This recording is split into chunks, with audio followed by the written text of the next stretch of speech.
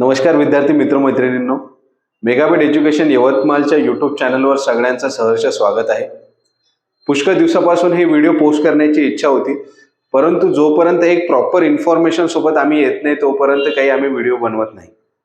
आणि आता जे अपकमिंग एंट्रन्स एक्झामचे जे शेड्यूल्स आलेले आहे त्याच्यामध्येच एक एक्झाम आहे MBA CETची. महाराष्ट्र MBA CETची एक्झाम हे सगळ्यांनाच माहिती आहे, जे विद्यार्थी प्रिपेअर करत आहे की मार्च मध्ये आता एक्झाम आहे आणि जवळपास आपल्याकडे फक्त एक 70 डेज आपल्याकडे फक्त अवेलेबल आहेत.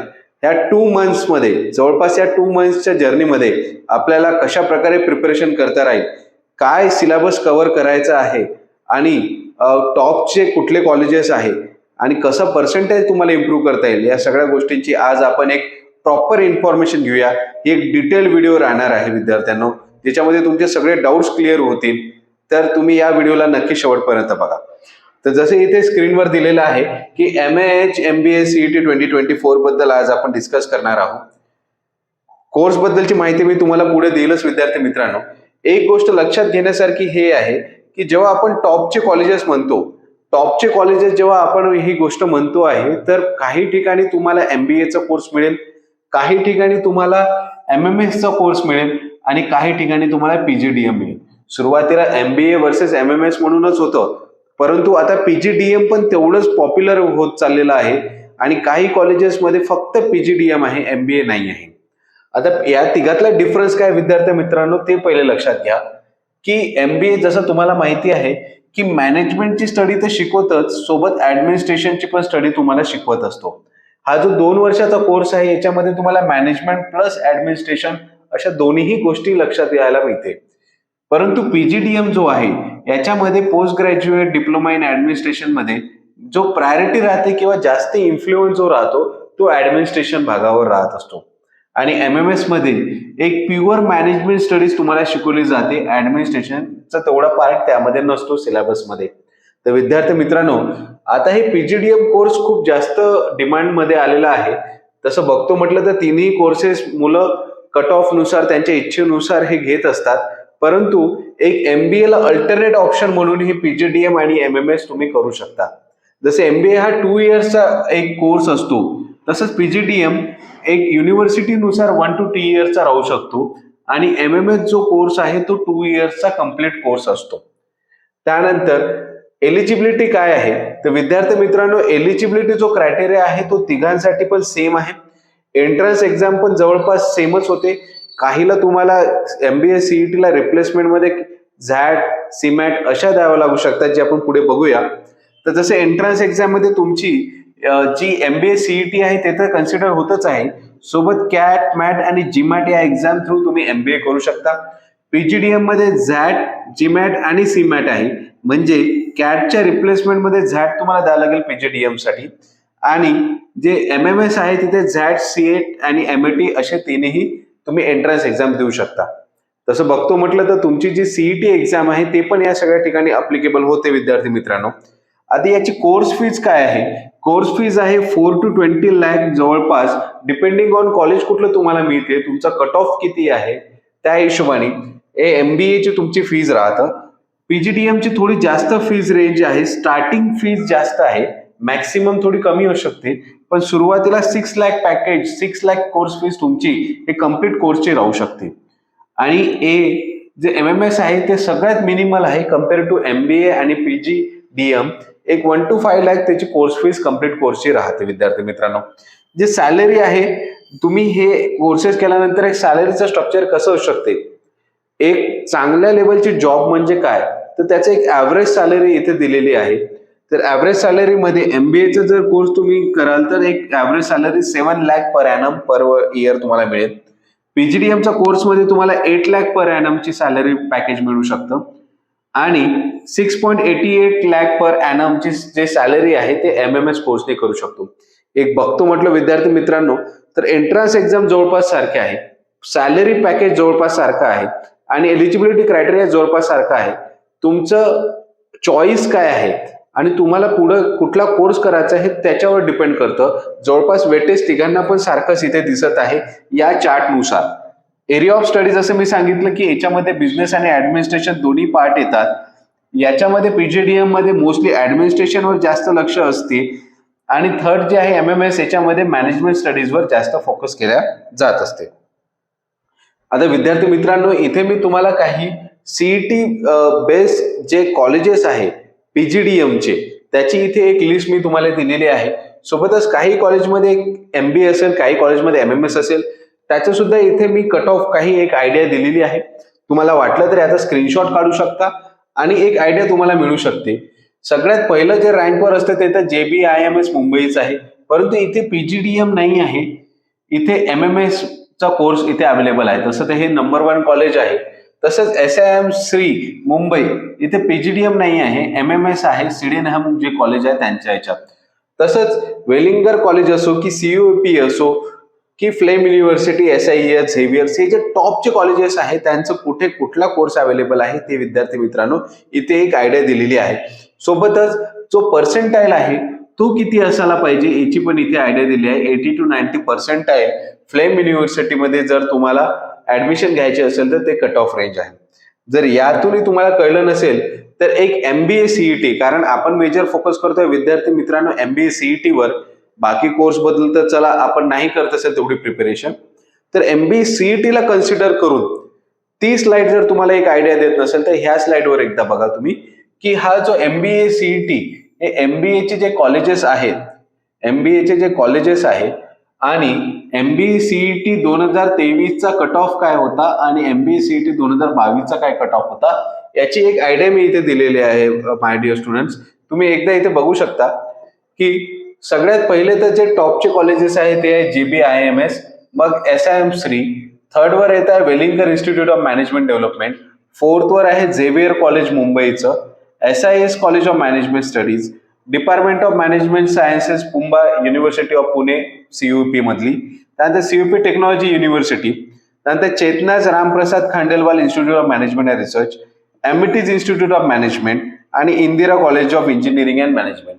हे एक टॉपचे कॉलेजेस आहे, जे टॉप 10 कॉलेजेस आपण म्हणतो ते टॉप 10 कॉलेजेस आहे जे बरेच विद्यार्थ्यांचं ड्रीम राहते ते ऍडमिशन घ्यायचं.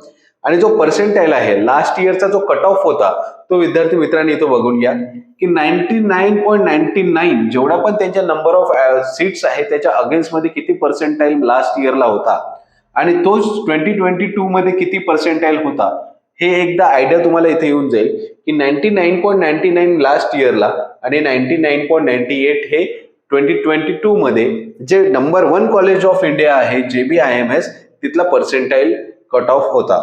तशाच प्रकारचं जर 10th वर बघतो म्हटलं तर 99.39 जे Indira college of engineering and management पुणेचं आहे आणि 2022 चा कट ऑफ आहे 97.79. तर जर तुम्हाला 10th रँक वरती कॉलेज घ्यायचं असेल तर कुठेतरी तुम्हाला 99 अबोव्ह पर्सेंटाईल आवश्यक आहे जर टॉप 10 कॉलेजेस मध्ये तुम्हाला एनरोल करायचं असेल, कारण ज्या सीट्स असतात त्या लिमिटेड असतात. एक कोर्समध्ये जे 60 to 100 सीट्स असतात त्या सीट्ससाठी तुम्हाला फाईट करावं लागतं आणि जर असं मी एक राऊंड फिगर काउंट करतो म्हटलं तर not more than 1000 seats MBA साठी राहील या जर टॉप 10 कॉलेजेस बद्दल आपण जर बोलतो म्हटलं तर. विद्यार्थी मित्रांनो, MBA CET चे टॉप 10 कॉलेजेस आणि त्याचा पर्सेंटाईल याची तर आपल्याला एक आयडिया मिळालेलीच आहे. आता याचा सिलेबस कसा आहे, जसं मी तुम्हाला म्हटलं की 2च महिने राहिलेले आहे आणि एक फास्ट ट्रॅक मध्ये कशा प्रकारे आपल्याला प्रिपरेशन करता येईल ते बघण्याच्या आधी पहिले एक सिलेबसवर आपण एक ग्लान्स करूया, एक आयडिया त्याची घेऊया.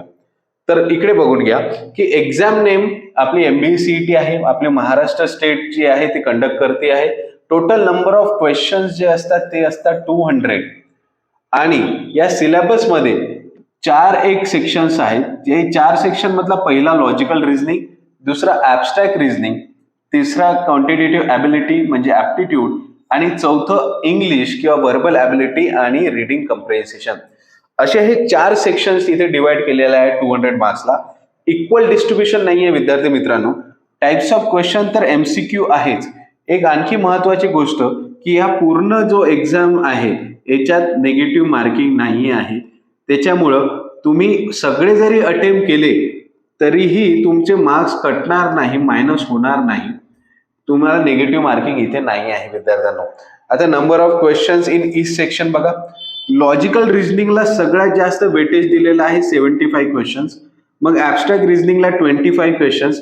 तसे हे ॲब्स्ट्रॅक्ट रिझनिंग मध्ये तुमचं odd man out, analogy, number series हे सगळे पॉइंट्स येतात. क्वांटिटेटिव्ह ॲबिलिटी मध्ये 50 क्वेश्चन्स आहे. व्हर्बल ॲबिलिटी आणि रीडिंग कम्प्रिहेन्शन याला 50 क्वेश्चन्स दिलेले आहेत. विद्यार्थी मित्रांनो, जर काउंट करतो म्हटलं तर हे 200 क्वेश्चन्स इथे बनतात आहे. आणि सगळ्यात जास्त वेटेज जे आहे लॉजिकल रिझनिंगला फर्स्ट, मग ऍप्टिट्यूडला, मग इंग्लिशला आणि मग आहे ॲब्स्ट्रॅक्ट रिझनिंगला. त्याचे एक कारण पण आहे की ॲब्स्ट्रॅक्ट रिझनिंग जरी 25 क्वेश्चन्स असले तरी चॅप्टर याच्यात 3च चॅप्टर दिलेले आहेत. म्हणजे हा स्कोरिंग पॉईंट होऊ शकतो तुमच्यासाठी जर तुम्ही हे 3 चॅप्टर ॲब्स्ट्रॅक्ट रिझनिंगचे केले तर. जे ॲनॉलॉजी आहे, ऑड मॅन आउट आहे किंवा नंबर सिरीजचा पॅटर्न आहे, हे याच्यावर जर एक पकड बनवली तर 25 क्वेश्चन्स तुमचे सॉल्व्ह होऊ शकतात हे 3 चॅप्टरचे प्रिपरेशन करूनच. एक स्ट्रॅटेजी जे म्हणतो आपण त्या स्ट्रॅटेजीने आपल्याला चालावं लागतं कुठल्याही एक्झामची प्रिपरेशन करताना. आणि ती स्ट्रॅटेजी कशी बिल्ड होते तर एक आयडिया आपण तशा प्रकारचीच घेतो आहे. इथे प्रत्येक क्वेश्चनच्या करेक्ट आन्सरला 1 मार्क मिळणार आहे आणि निगेटिव्ह मार्किंग इथे राहणार नाही आहे. ड्युरेशन जो दिलेला आहे तो 150 मिनिट्स आहे, म्हणजे 2.5 अवर्स. आणि 2.5 अवर्स मध्ये तुम्हाला 200 क्वेश्चन सॉल्व्ह करायचे आहे. एक मोठी बघतो म्हटलं तर प्रत्येक क्वेश्चनला तुम्हाला 1 मिनिट सुद्धा कंप्लीट देता येत नाहीये. म्हणजे प्रॅक्टिस जी आपण म्हणतो ती इथे करणं अत्यंत आवश्यक आहे. My dear students, please go through this syllabus of English म्हणजे व्हर्बल ॲबिलिटी आणि रीडिंग कम्प्रिहेन्शन. जो आपला पार्ट 50 मार्क्सचा होता तर एक एक्सपेक्टेड क्वेश्चन्स कुठल्या पॅटर्न मधून, कुठल्या टॉपिक मधून, कुठल्या चॅप्टर मध्ये येऊ शकतात मी इथे प्रॉपर इथे अरेंज करून दिलेला आहे. जसं रीडिंग कम्प्रिहेन्शन म्हणजे जो पॅसेजचा पार्ट असतो तर 2 ते 3 रीडिंग पॅसेजेस असतात जे व्हेरियस टॉपिक्स आहे बिझनेस मॅनेजमेंट टू सायन्स. आता हे न्यूजपेपर मधले पण घेऊ शकतात किंवा दुसरे आर्टिकल्स असतात, ब्लॉग्स असतात, त्याच्यातून पण हे पॅसेजेस येऊ शकतात. ज्याला 12 ते 15 नंबर ऑफ क्वेश्चन्स त्याच्यातून एक्सपेक्टेड आहे. म्हणजे तुम्ही पॅसेज कम्प्रिहेन्शन हा जर पार्ट एक स्ट्रॉंग केला तर तिथून तुमचे 12 ते 15 क्वेश्चन सॉल्व्ह होऊ शकतात. नेक्स्ट आहे fill in the blank, tenses, preposition, error detection आणि सेंटेन्स कम्प्लिशन. हा जो ग्रामरचा पार्ट येतो या ग्रामरच्या पार्टवरून 9 to 10 क्वेश्चन्स होतात. आणि एक चांगली गोष्ट हे आहे की पॅसेज कम्प्रिहेन्शन मध्ये तुम्हाला एक पूर्ण पॅसेज वाचावं लागतं आणि क्वेश्चन सॉल्व्ह करावं लागतात. इथे जर तुमचे ग्रामरचे रूल फिक्स असेल, जर तुम्हाला माहिती असेल तर त्यावेळी तुम्हाला एकतर त्याचा आन्सर पटकन येऊन जाईल नाहीतर नाही येणार. म्हणून प्रॅक्टिस इथे महत्वाची आहे. जर एखादा क्वेश्चन एरर डिटेक्शनचा आला, तुम्हाला जर रूल माहिती असेल तर तुम्ही एररला तो सॉल्व्ह करू शकता, नाहीतर तो तुम्हाला कितीही वेळ दिला तरी आयडेंटिफाय होणार नाही.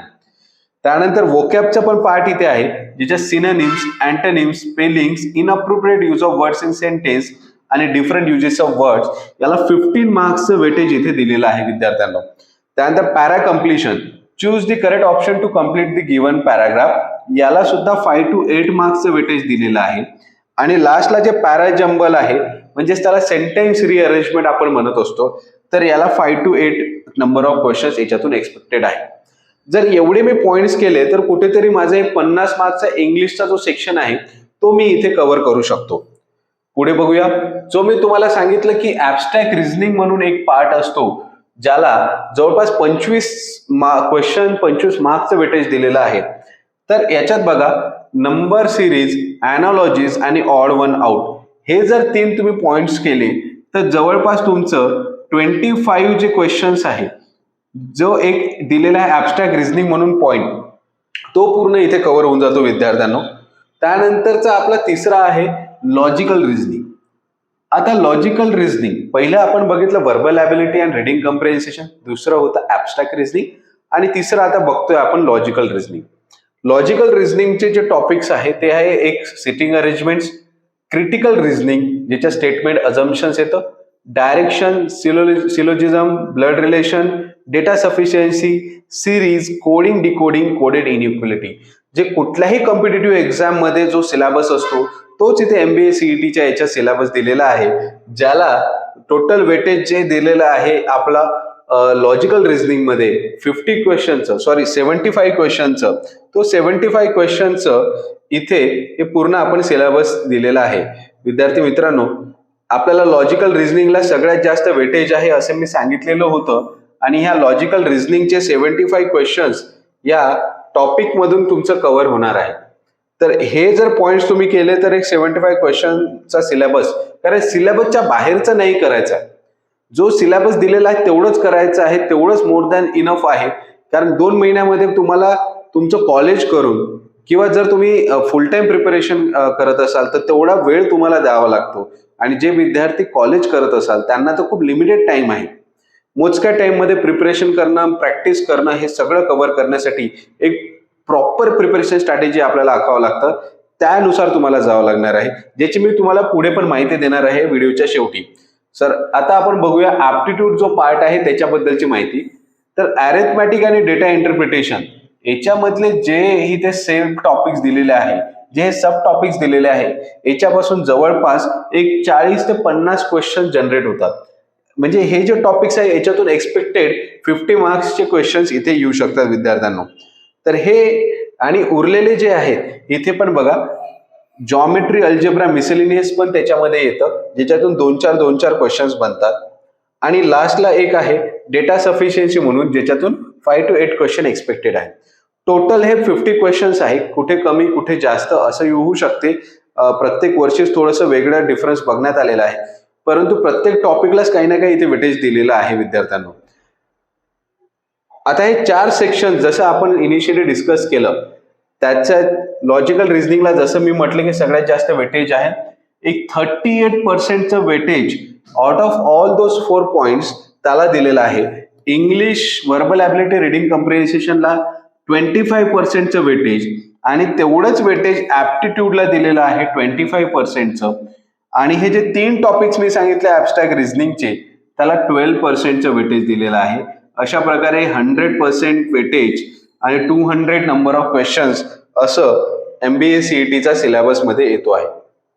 विद्यार्थी मित्रांनो, काही जणांची क्वेश्चन्स पण असतात, ते क्वेश्चन्स मला जेवढे लक्षात आले की तुम्हाला डाऊट असू शकतात तसे मी इथे पोस्ट केलेले आहे, तुम्ही एकदा बघू शकता. बरेच विद्यार्थी विचारतात की नेगेटिव्ह मार्किंग आहे का सर? तर विद्यार्थी मित्रांनो, MBA CETचा हा जो पेपर आहे याच्यात नेगेटिव्ह मार्किंग नाही आहे. प्रत्येक क्वेश्चनला 1 मार्क दिलेला आहे, आणि कुठल्याही प्रकारची निगेटिव्ह मार्किंग जसं कॉम्पिटिटिव्ह एक्झाम मध्ये राहतं 1/3 ची निगेटिव्ह मार्किंग 0.33 मार्क्स डिडक्ट होतात, तसं इथे कुठेही नाही आहे. Second question, which section in the MH MBA CET exam carries the highest weightage? जसं मी तुम्हाला सांगितलं की लॉजिकल रिझनिंग या पार्ट मध्ये सगळ्यात जास्त वेटेज आहे.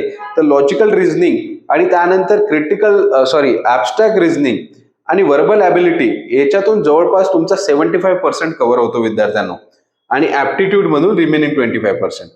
थर्ड आहे की what is the overall MH MBA CET exam duration? 150 मिनिट्सचा टायमिंग असतो, म्हणजे 2.5 hours, 2.5 तासाचा हा पेपर आहे. 200 क्वेश्चन्स इथे विचारले जाणार आहे. प्रत्येकाला 1 मिनिटापेक्षा कमी आपल्याला वेळ मिळतो. आता विद्यार्थ्यांनो, जसं स्टार्टिंगला मी पर्सेंटाईल म्हटलं, पहिलं जे कॉलेज होतं JBIMS त्याच्यामध्ये 99.9 पर्सेंटाईल 2023 कट ऑफ आणि 99.8% पर्सेंटाईल 2022 कट ऑफ. असं हे जे पर्सेंटाईल आहे हे कसं जनरेट होतं, इथे एक फॉर्म्युला दिलेला आहे. हे ऍक्च्युली बऱ्याचशा गोष्टीवर डिपेंड असतं. जे वेगवेगळे जे सिटिंग्स आहे, जे वेगवेगळ्या शिफ्ट्स आहे, ज्याचा पेपर कंडक्ट केला गेला त्याचं नॉर्मलायझेशन, त्यानंतर नंबर ऑफ स्टुडंट्स किती एनरोल झाले किंवा किती जणांनी एक्झाम दिली त्याच्या हिशोबाने, आणि त्यांच्या मार्क्सच्या हिशोबाने, असं सगळं कॅल्क्युलेशन करून हा पर्सेंटाईल प्रत्येक वर्षी डिसाइड होतो. आणि कॅटेगरी वाईज पण त्याच्यामध्ये पर्सेंटाईल्स मध्ये सेग्रिगेशन केलं जातं की OBCचा एवढा पर्सेंटाईल राहील, ओपनचा एवढा पर्सेंटाईल, SC STचा एवढा पर्सेंटाईल, असं सगळ्या ठिकाणी काउंट केलं जातं. परंतु एक गोष्ट जे बघण्यात आलेली आहे की जवळपास 160+ marks out of 200, 160 correct questions out of 200 is I can say best. सगळ्यात जास्त चांगला स्कोर म्हणजे 160+ असा राहू शकतो जर तुम्हाला 99 पर्सेंटाईल पर्यंत पोहोचायचं असेल तर आउट ऑफ 200. हे दरवर्षीचा एक कट ऑफ नुसार मी तुम्हाला एक आयडिया सांगितलेली आहे.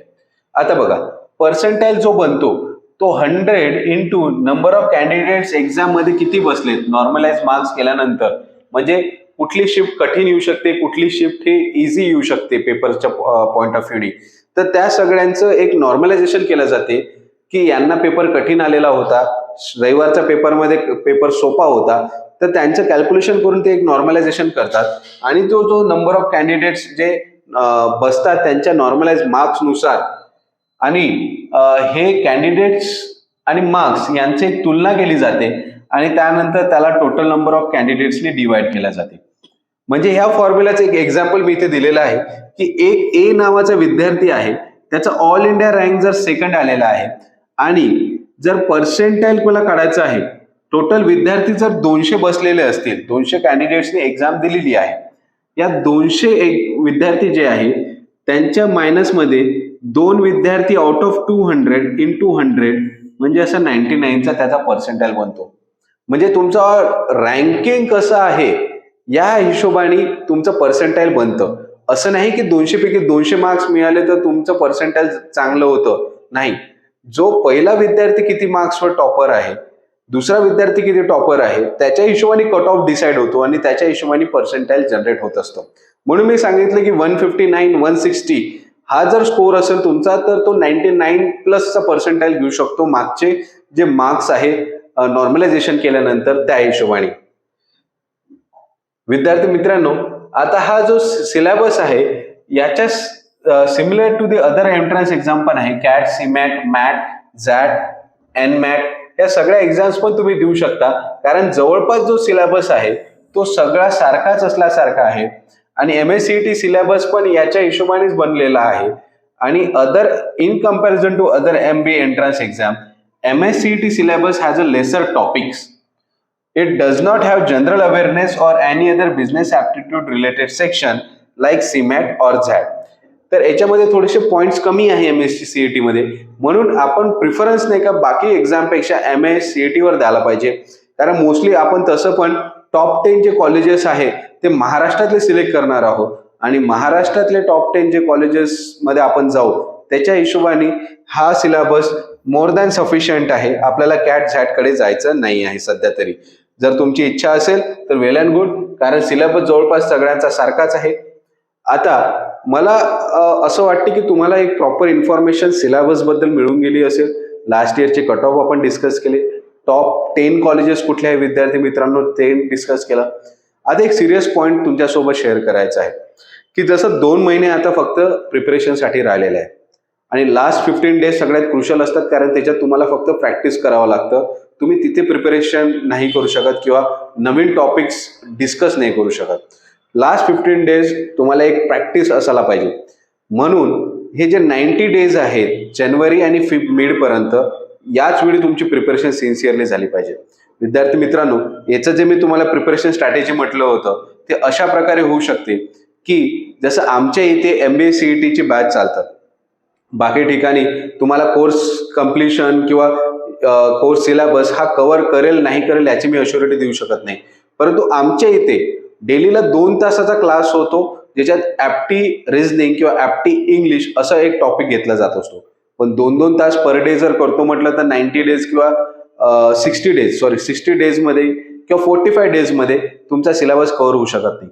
मग याच्यामध्ये काय आणखी सोल्युशन काढता येईल, तर मग आम्ही असं डिसाईड केलं की आमच्या जर दिवसामध्ये 5 बॅचेस चालू आहे आणि त्याच्यामध्ये वेगवेगळे टॉपिक्स प्रत्येक बॅचमध्ये चालतात, तर तुमच्या कॅपॅसिटी किती आहे, तुमचा इंटरेस्ट किती आहे, तुमचा स्टॅमिना किती आहे, या हिशोबाने तुम्ही जेवढेही दिवसातले क्लासेस आहे तुम्ही फ्री ऑफ कॉस्ट, म्हणजे एकदा तुम्ही एका कोर्समध्ये एनरोल केलं MBA CETच्या तर मग बाकी सगळे जेवढे दिवसभर क्लासेस होतात ते सगळे क्लासेस तुम्ही अटेंड करू शकता. कोणीही तुम्हाला क्वेश्चन विचारणार नाही.